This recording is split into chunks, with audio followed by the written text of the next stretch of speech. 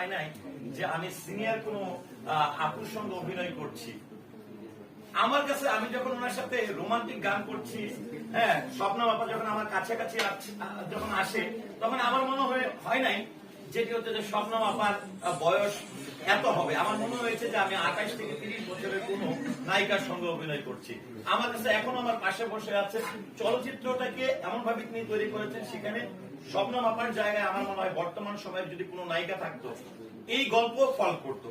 কিন্তু এই গল্পের জন্য দেখেন অনেক সিনিয়র আর্টিস্টরাই কিন্তু চলচ্চিত্র ছেড়ে চলে গেছে। স্বপ্না আপার সময়কার যারা আর্টিস্ট আছে তারা অনেকেই চলচ্চিত্র থেকে ছিটকে পড়েছে, কেউ চলচ্চিত্র থেকে সরে গেছে।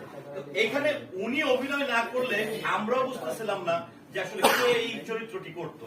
কারণ ওনাকে স্বপ্না আপার এই গল্পে কিছু কিছু বিষয় নেই, সেটি হচ্ছে যে স্বপ্না আপা এই যাবৎকালে যতগুলো চরিত্র অভিনয় করেছে, কখনো ভিলেন করেছে, কখনো ফানি চরিত্র করেছে।